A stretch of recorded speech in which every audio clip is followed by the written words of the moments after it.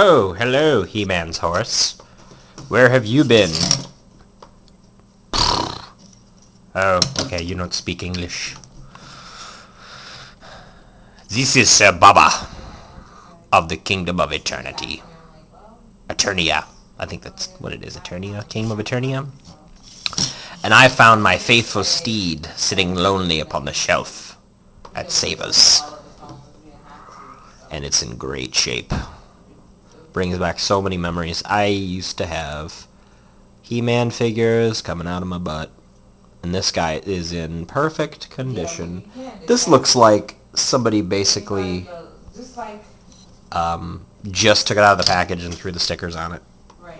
All pieces are complete. Front, guns, turret gun, tail, and the stickers are all in check. See? Looks great. No big scratches or dents or missing parts or cracks or anything. So somebody, it looks like they kept this on a shelf, to be honest with you, but that was $2. I think that's a great deal. I love He-Man. So anyway, and this is original He-Man too. I mean, forget about that. Forget about the redos. Moving along. I actually got this quite a long time ago, and I just forgot to put it in a video, so you get to see it today. And trust me, there is some game stuff in here, but there's also some other finds. So let me show you. For 80 cents, I picked up The Simpsons postcard book. It's Are We There Yet, I guess it's called. And there are 32 detachable postcards, real postcards in here. Pretty sweet. It's Apu. Don't flip the page. Awesome. Let me show you. Bart Simpson, man. That's Principal Seymour Skinner. He's giving you the finger, apparently. Comic book guy. Worst pun ever. You were asleep when I left. You were asleep this whole time? I love this one in particular. That face. And he's got scratches on his head, but the dog's like... And Bart's... That's great. Oh, The Simpsons. Sideshow Bob. And then, of course, the Tunnel of... the Duff Tunnel of... the Tunnel of Duff, maybe? I can't remember. I'm not that huge of a Simpsons fan. The Maggie bio page. Itchy and Scratchy Land. Kind of like... looks like Candyland or The Game of Life. I'm not really sure. Milhouse. Van Houten. On their camping trip. Wonderful. And a bunch more. See all those? 80 cents on sale. I couldn't believe it. This is a great deal. This was originally $13. So that's a huge markdown. So moving on. Remember in a previous video I showed you the Sega Genesis and 32X that I got from Savers.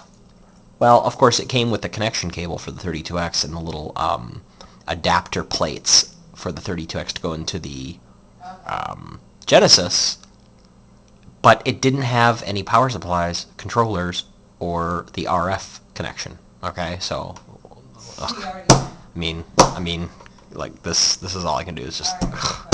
So anyway, I go to the other Savers in town, and in a bag for $3.99 were the following. What's that? Is that a Sega Series 2 power supply? I think it is. Oh, you take this and you put it in the wall. And then you play. Next. What else was in the bag? Is that a Sega RF switch? I think it is. Yeah. And last but not least, a really, really good condition original Genesis controller. Cord looks great. This is what I'm actually thinking.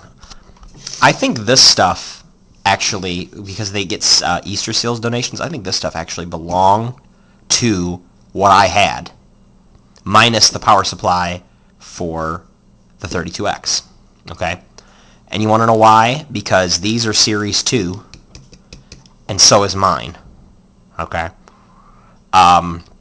So I think it was actually in a big bundle and got separated, and one went to one store and one went to the other because they were both in town. That's what I'm thinking. So minus the 32X power supply, I get everything else.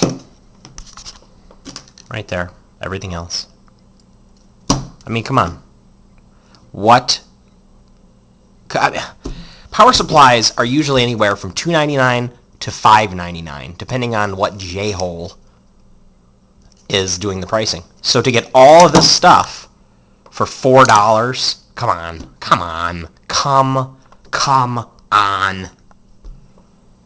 Okay, moving along. Getting kind of stupid. Next up, I routinely go to this Savers and rarely ever find games. Okay?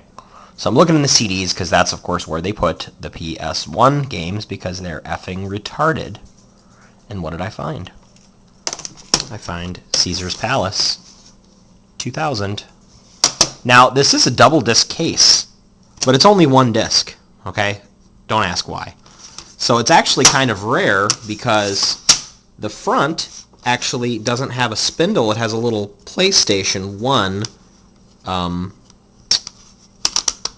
emblem right here. So this is actually probably not rare, but just not, you don't usually get a single disc, double disc case like this. It didn't have the instruction manual, unfortunately, but it did have the original disc in good condition. I wouldn't say very good because it does have some scratches. Now, however, we got a crack on the back tray here.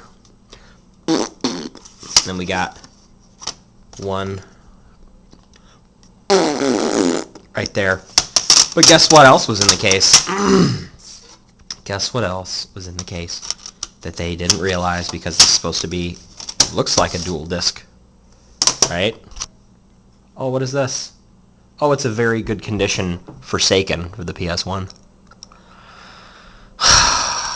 Now, I saw this, Caesar's Palace 2000 from the side, and I was like, you know what? I really don't care about that game. Not saying I wouldn't want it in my collection, but not for what they were going to charge me. They wanted like $3.99 for these games. I was like, screw that. But when I saw this in there, and they assumed it was 2 discs, I was like, you know what? Yes, I will take it. And when I went up front and I said, now this is the key right here. I'll tell you the key. See this finger? This is the key finger. When you're at a store like Savers, Goodwill, Salvation Army, or any of the other thrift stores, Value Village, some of those other places, if you ask the right questions, okay, what I said was, how much are these? How much are these? As I held this, how much are these? She goes, I'm not really sure. She's like, hey, Amanda, how much are computer games? This is not a computer game. This is a video game. These are supposed to be $3.99. Oh, computer games are $1.99. So for $2, I got an almost complete game with a single disc in great condition. So this is Bubba Nintendo saying, when you're wheeling and dealing with the people at stores like this, don't tell them what something should cost. Don't go up there and say, these are $3.99, right? Well, of course she's going to say, yeah, it's a video game, right? Yes, because she's already thinking $3.99 equals video game. Now, if I would have done that, I would have paid about $2 a piece for these games. But that's not what I said. I said, how much are these? And what is she looks at it and she's like, oh, that's a computer game. Because they do have a lot of double disc PC games that look just like this. She didn't look at that logo, though. And she didn't see the NTSC U/C right there, which would tell her it was a PS1 game. Because not everyone is as smart as us. This is Bubba Nintendo. I have nothing to say. Goodbye.